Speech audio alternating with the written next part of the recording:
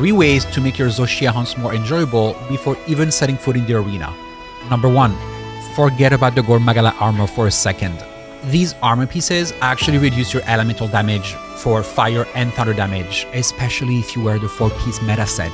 I've instead been using this mix of Arc Vulcan and Guardian Arcveil armor pieces, which give me a really good amount of fire resistance. And I've actually been clearing the fight so much faster because I barely have to heal and I take less damage and I have a lot of self-sustain with the armor set healing bonuses. And yeah, you could always slot in fire resistance to counteract the negative fire resistance, but I think there's much better things to slot in instead of that. Which brings me to my second point. Don't forget about your favorite comfy skills. Now, Divine Blessing is my ride or die, but I also really like all your comfy skills that you shared in the comments with me. Now, there's one skill that I completely forgot about that I actually really like bringing for this fight. It's self-improvement.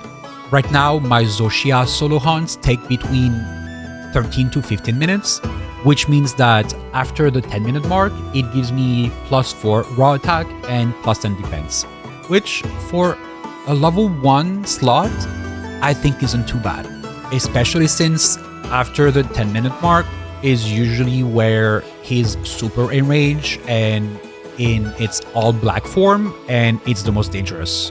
So yeah, that extra defense and extra attack to finish him faster is really welcome, in my opinion. Finally, don't forget about your defensive consumables. Armor Skin Drug gives you 15 defense and Mega Armor Skin Drug gives you 25, which might be worth the upgrade in this case. And they last for 30 minutes, but they last for up to 45 minutes with Item Prolonger level 3. I have a whole video on that, linked in the description, you should go check it out. If you have meal vouchers to spare, I think it's really worth consuming the food from Kunafa or Asus at the Grand Hub. They both give you Insurance Meal, which will give you a free cart. Kunafa gives you Lucky Meal, which gives you more rewards at the end of the quest, while Asus gives you Carver Meal, which allows you to carve extra times on the monster.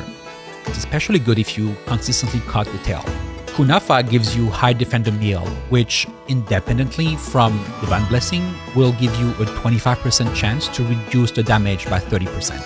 On the other hand, Asus gives you High Timbre Meal, which gives you 4 levels of Evade Window, so I personally think it's worth it. Especially since it gives me an extra 10 in Elemental Resistant, which brings my Fire Resistance to 20, which makes me immune to Fire Blight. I hope these quick tips were useful and will help you during your Zoh Shia farming. Let me know what are your tips to prepare for Zoh Shia.